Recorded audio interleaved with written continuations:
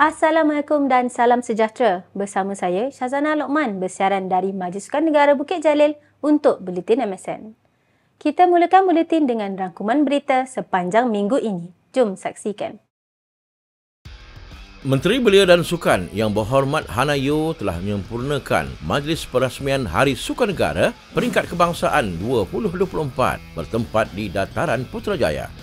Seramai 15,000 orang hadir membanjiri Dataran Putrajaya pada 12 dan 13 Oktober bagi menyertai acara PIT Malaysia merangkumi larian madani, berjalan untuk negara dan banyak lagi.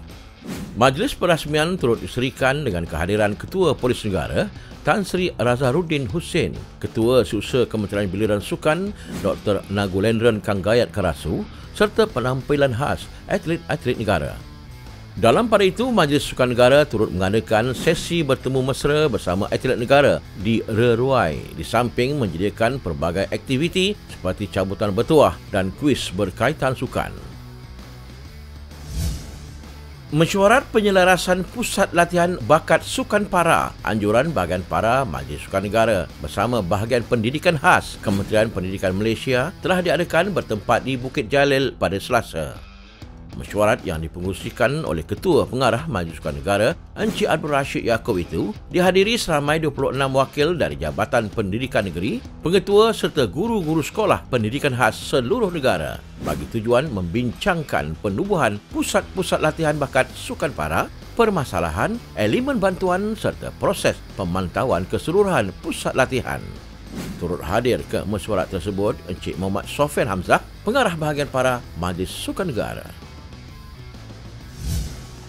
Dalam pada itu, satu bengkel petunjuk prestasi utama Majlis Sukan Negara bagi suku ketiga 2024 telah diadakan pada 16 Oktober di Putrajaya. Bengkel yang disertai 39 orang terdiri daripada pengurusan tertinggi dan pegawai kanan Majlis Sukan Negara diadakan bagi tujuan menilai, menyemak dan membentangkan program-program yang telah dilaksanakan bagi tempoh suku ketiga dari Julai hingga September 2024. Pada bengkel ini juga, wakil bahagian dan sekretariat telah membentangkan peratusan terkini pencapaian pelan perancangan masing-masing.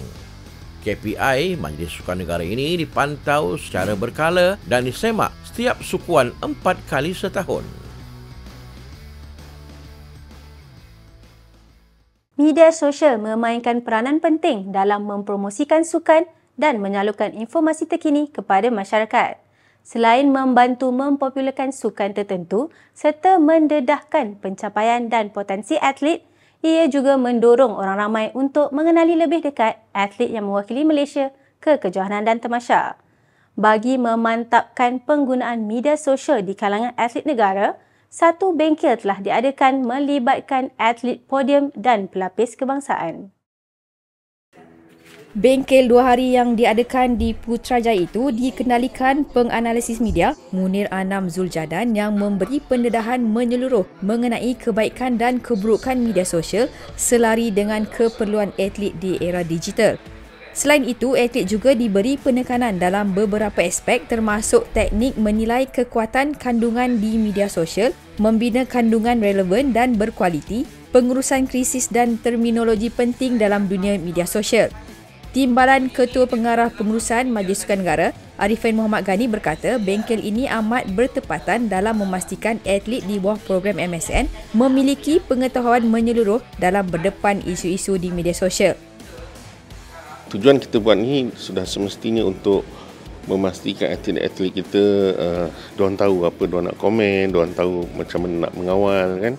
So because sekarang ni atlet ni bukan macam zaman dulu di mana setiap apa yang mereka lakukan atau mereka buat mereka akan dinilai dan diberi komen-komen yang memang tidak dinafikan, certain komen positif, ada yang negatif. Jadi bengkel seperti ini ada satu inisiatif yang bagus. At least kita dapat mengawal, kita dapat memastikan atlet tahu apa yang dia buat. Dan kita harap selepas bengkel ini mereka akan lebih bersedia berhadapan dengan isu-isu di media sosial. Beliau turut berharap bengkel ini dapat diteruskan pada masa akan datang bagi memberi input dan pendedahan dalam penggunaan media sosial secara beretika dan profesional dalam memaksimumkan manfaat untuk menyokong kerjaya serta reputasi atlet negara. Social media ini adalah future. So kalau kita tahu guna, akan memberi kesan yang positif pada kita. Tapi kalau kita salah guna atau kita tak boleh mengawal, dia akan memberi impak negatif. Termasuklah mungkin apa orang kata prestasi kita pun akan mungkin tak begitu bagus, memberi kesan kepada prestasi. Itu semualah. So saya rasa untuk moving forward ataupun untuk masa hadapan ni, media sosial ni satu platform yang penting. Kita tak boleh lagi. Dunia sekarang media sosial. Kita semua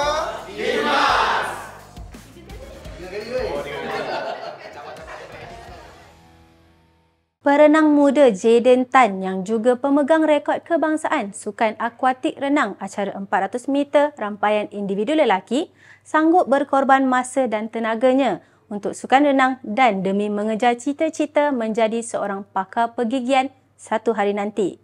Anak kelahiran Kuala Lumpur ini bekerja keras mengharungi jadual yang padat antara pengajiannya di International Medical University atau IMU dan program latihan renang di Bukit Jalil. Menurut atlet berusia 20 tahun itu, bapanya yang juga merupakan pakar pergigian turut memberikan sokongan padu dan berusaha untuk cemerlang dalam dua bidang yang diminatinya. Sekarang saya study foundation dekat IMU dan selepas itu saya nak dentistry. 5 tahun nak dentistry. Yeah, long time, but slowly I take it slowly. I think I'm not gonna leave Malaysia, but not sure whether continue at IMU. Need to see other options also. See which option best for my training also. So have to see first.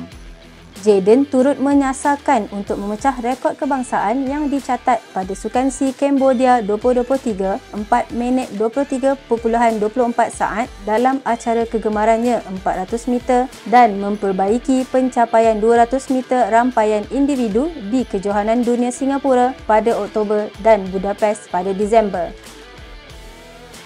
Kali ini saya harap break national record untuk saya punya event 400 IM dan 200 IM.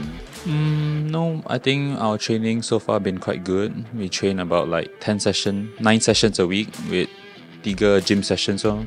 So we just maintain like this because our performance in Sukma was pretty good also. Got few personal best, so we just keep this session. But now we training more lebih short course. So our pool we half a week, satu minggu kami split half short course, half long course. Untuk preparation for ini Singapore dan Budapest. Laporan tadi mengakhiri buletin kali ini. Sehingga kita bertemu lagi di edisi akan datang.